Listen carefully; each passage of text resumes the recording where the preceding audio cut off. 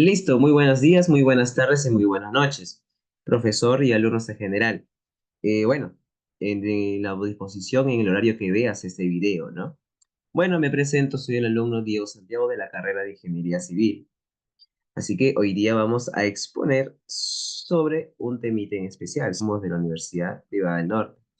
El tema de hoy que va a exponer sería la medición de la velocidad en recepción de una pelota del voleibol y la distancia de alcance con respecto al punto de partida. ¿De acuerdo?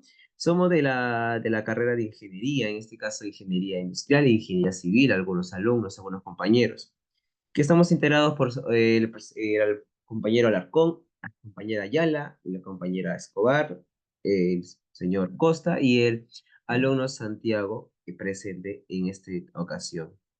Bien, entonces vamos a empezar a hacer esta pequeña exposición con respecto a un pequeño tema de la física en general, ¿no? El caso de estudio en mención es que hemos dado en esta ocasión, un caso de estudio con respecto al vóley. Dice, un jugador de vóley sirve la pelota, de voleibol, sirve la pelota con una velocidad inicial v sub 0 que tiene una magnitud de 13,4 metros por segundo y forma con un ángulo de un ángulo de elevación de 20 grados con la horizontal. Vamos a calcular dos cosas en este caso, si la pelota sobrepasa la superior de la red o que haya también a qué distancia de pasando la red llega a caer en el piso. Para esto vamos a una pequeña introducción. Por ejemplo, ¿qué es un movimiento parabólico?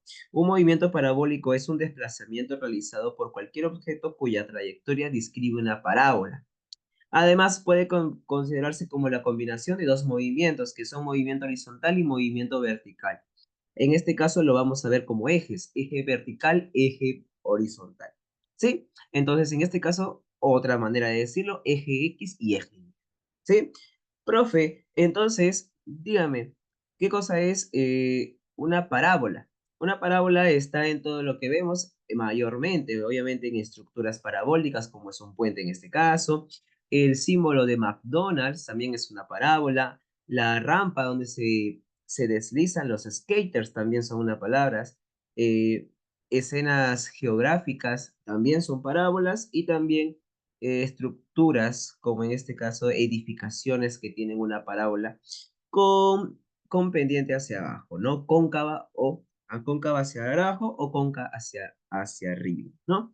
Perfecto. Bien, entonces, aparte de eso, también podemos ver en este movimiento parabólico en algunos deportes, como es en el fútbol americano, como es justamente en el básquet, como se muestra en la figura, y también en el fútbol.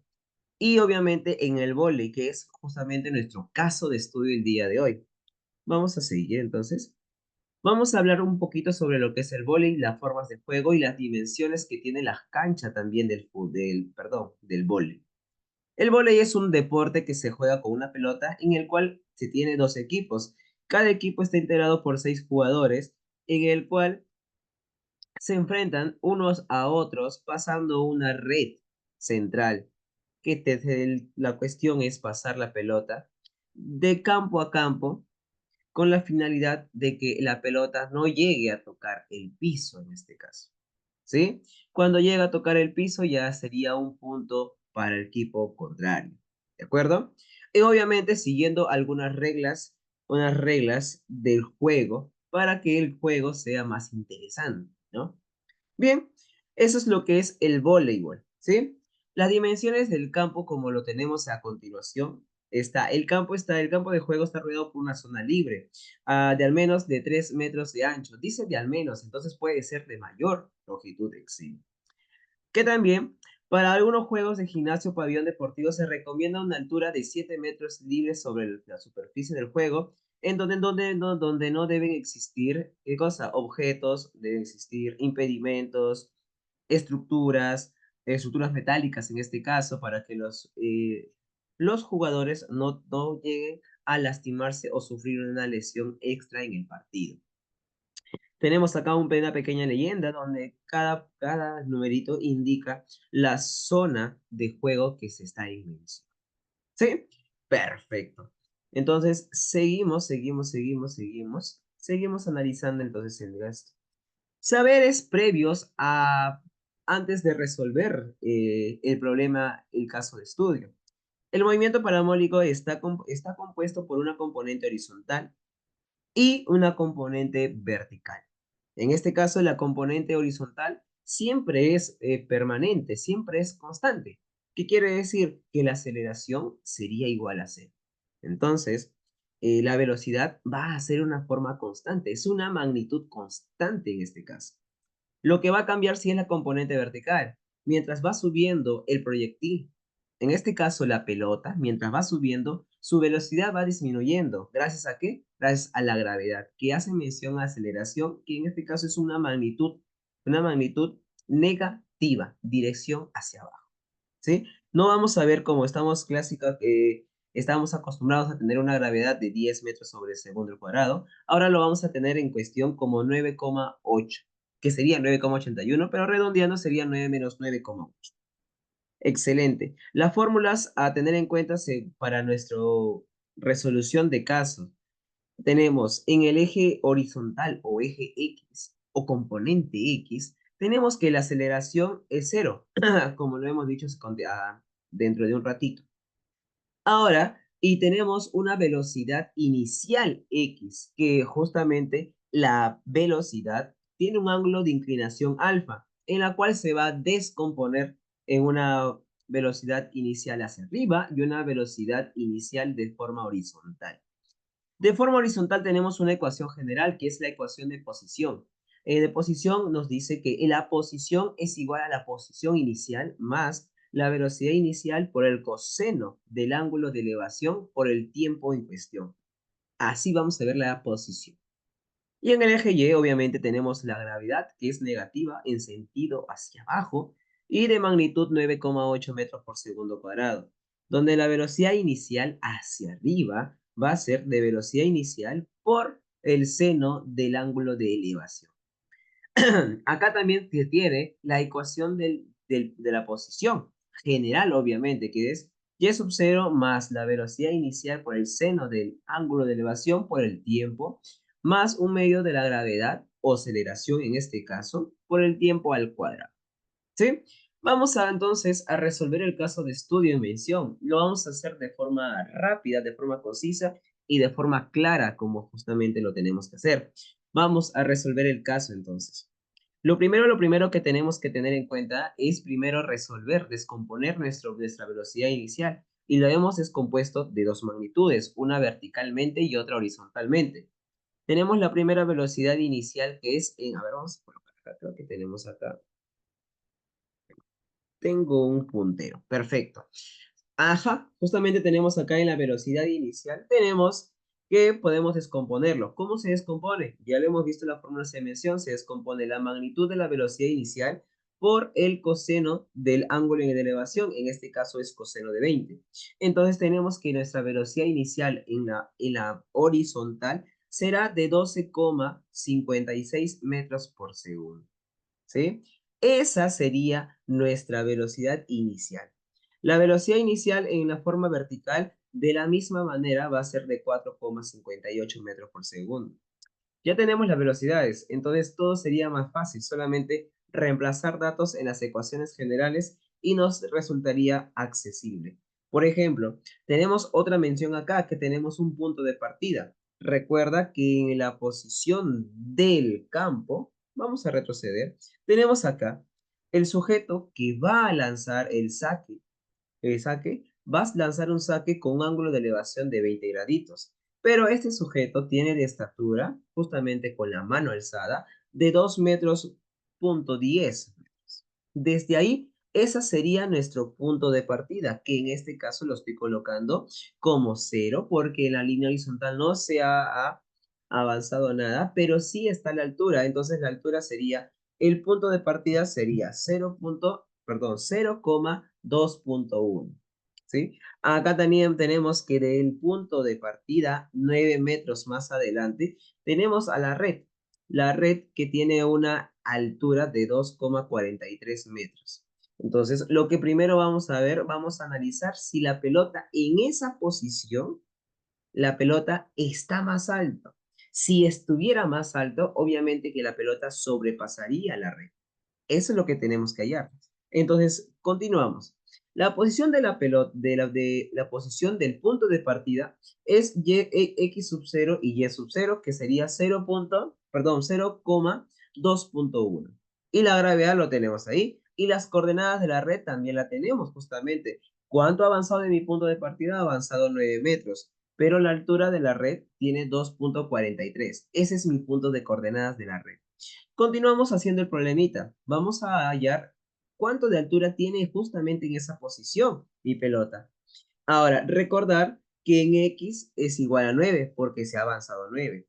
Entonces, recordar la fórmula general. ¿Qué nos dice la fórmula general? Que X es igual a X sub 0 más B sub 0 por coseno del ángulo de elevación por el tiempo.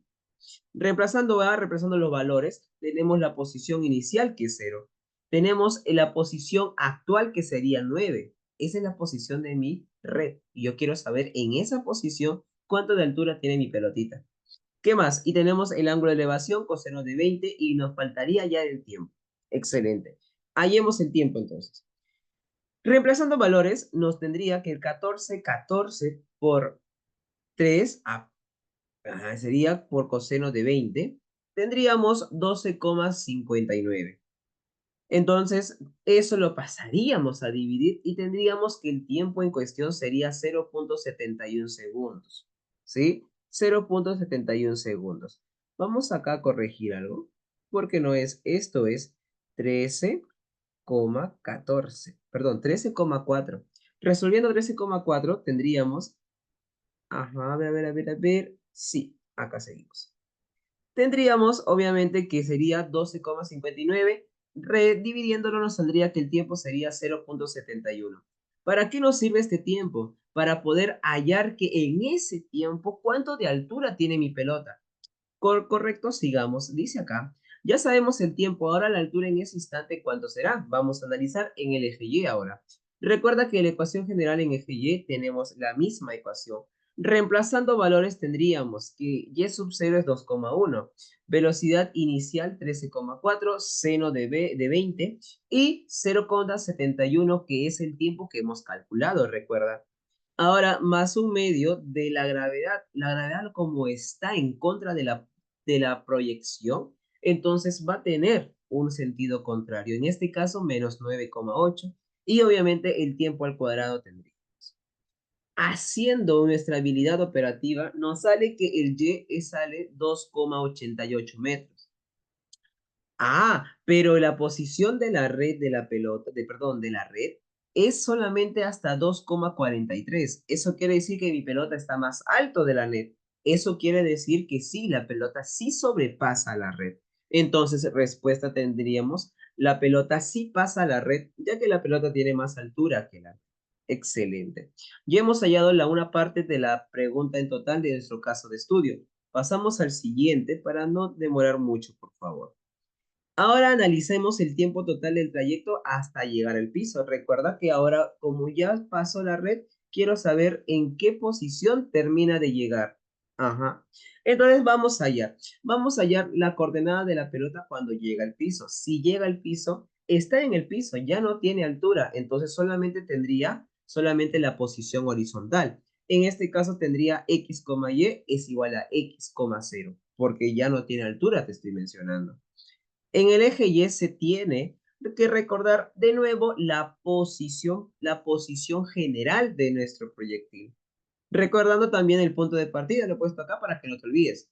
Ya. Sigamos entonces. Reemplazando en C tendríamos 0, que justamente es cuando llega la pelota. 2,1, que es de dónde partió mi proyectil. Bueno, en este caso mi pelota. Y tenemos los datos iniciales, que es 13,4, que son la velocidad inicial, seno de 20 y el tiempo. Profesor, pero el tiempo lo hemos hallado. No, no, no, ahora tú no sabes el tiempo.